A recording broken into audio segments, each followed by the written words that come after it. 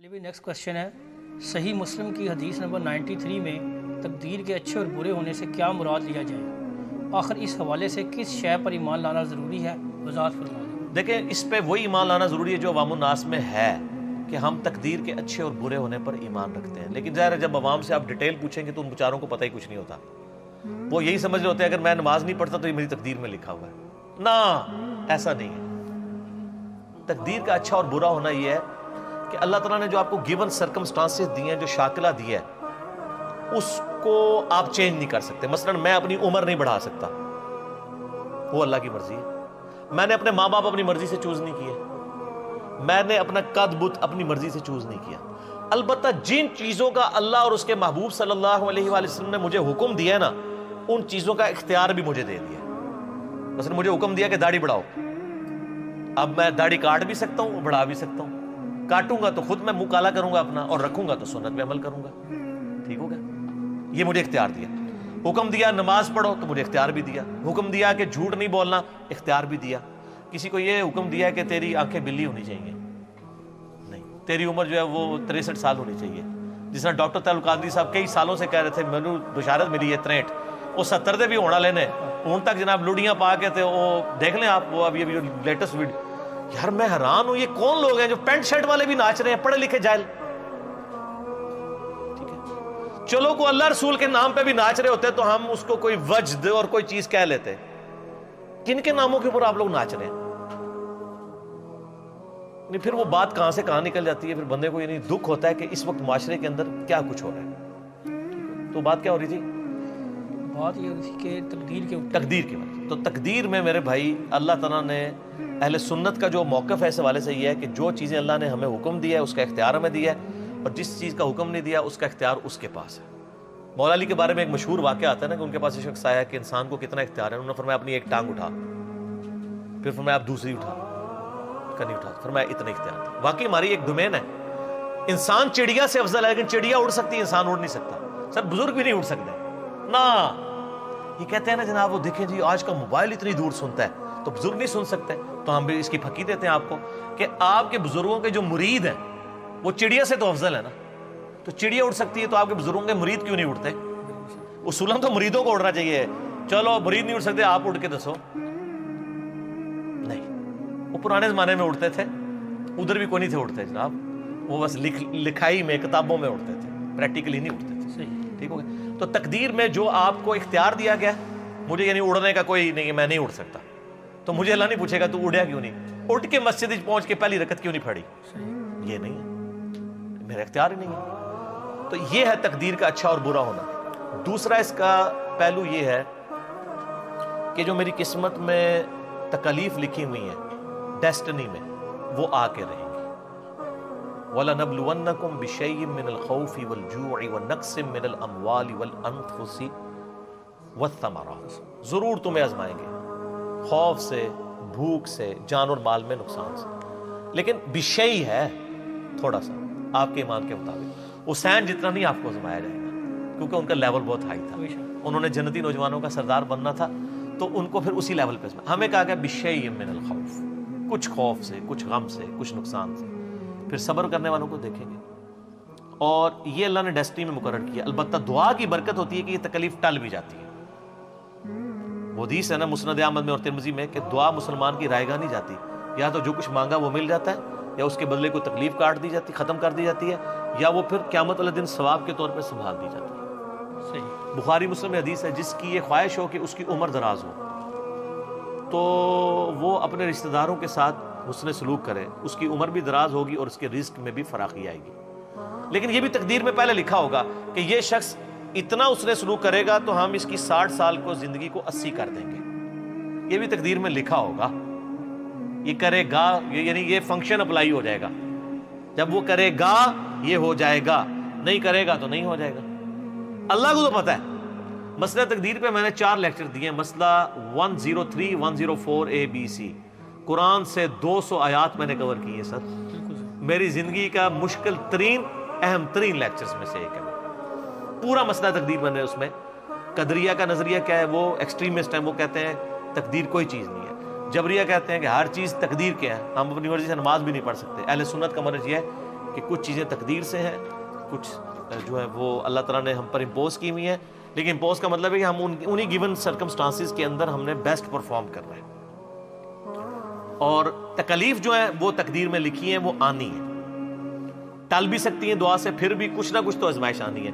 وہ جناب سورۃ الحدید کی آیت نمبر 22 اور 23 ہے، میں نے کئی دفعہ کور کیا ہے کہ اللہ تعالیٰ فرماتا ہے کہ تمہاری جان میں کوئی تکلیف آئے یا اس زمین پر، وہ اس سے پہلے کہ وہ تکلیف آئے، یعنی کوئی سونامی آتا ہے، کوئی زلزلہ آتا ہے، کوئی طاعون کا مرض پھیلتا ہے، کوئی ایپیڈیمک ڈیزیز آتی ہے، کوئی سیلاب آتا ہے، اس سے پہلے، اور تمہاری جان میں کوئی مصیبت آتی ہے، یعنی کسی کی آنکھیں ضائع ہو گئیں، کوئی شخص کینسر کا مریض بن گیا، کسی کے گردے فیل ہو گئے، اللہ فرماتا ہے یہ ساری تکلیفیں ہم نے اس سے پہلے ہی لوح محفوظ میں لکھ لی ہیں کہ ہم ان کو دنیا میں بھیجیں، اور ساتھ فرمایا یہ اس لیے ہم نے کیا تاکہ جو تمہیں چیز ملے تم اس پہ شیخی نہ بگاڑو، اور جو چیز تم سے جاتی رہے تم اس پہ کفِ افسوس نہ کرو، اور بے شک اللہ تعالیٰ کسی شیخی خورے کو پسند نہیں فرماتا۔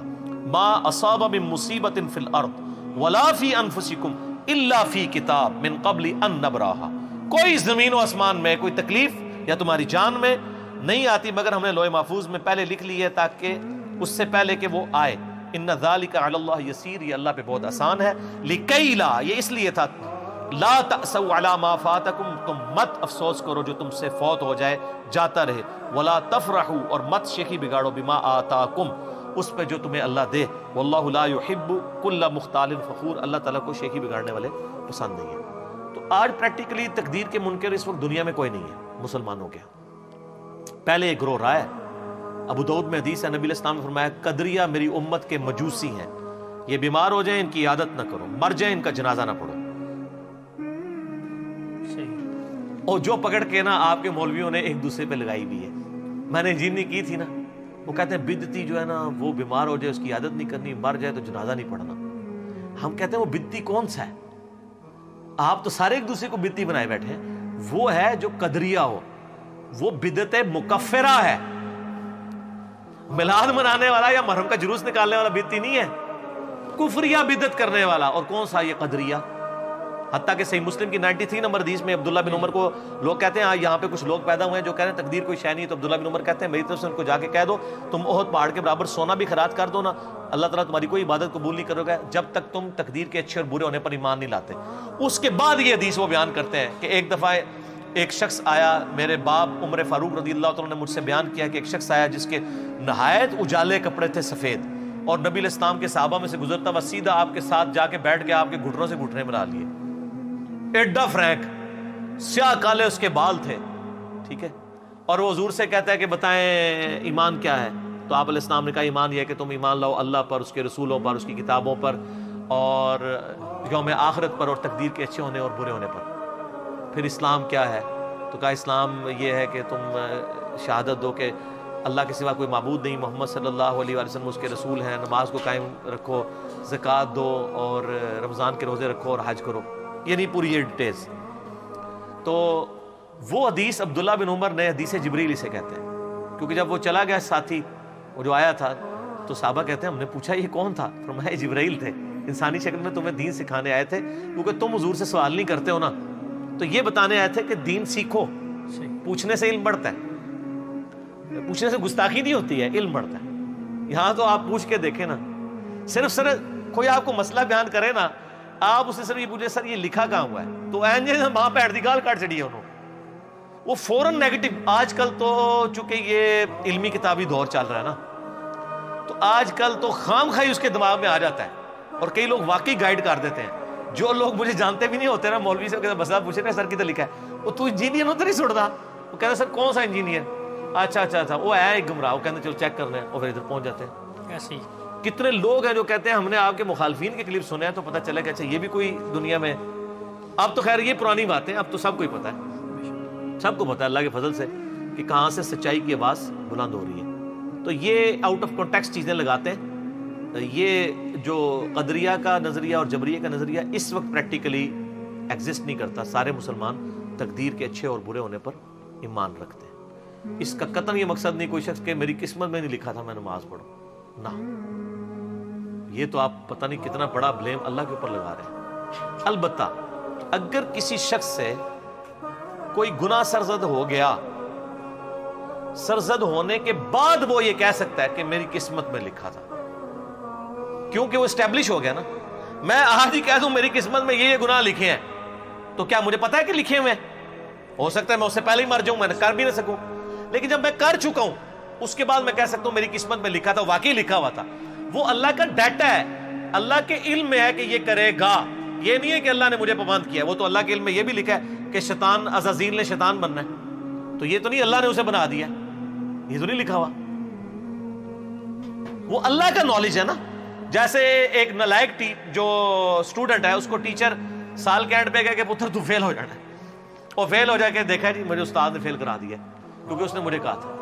وہ اس کے کرتوت نظر آ رہے ہیں نا کہ اس کا فیل ہو جانا ہے. دنیا میں بھی ایک ٹیچر کی اسیسمنٹ ہے، اور اللہ کی تو جو اس طرح کی اسیسمنٹ ہے وہ تو کامل ہے.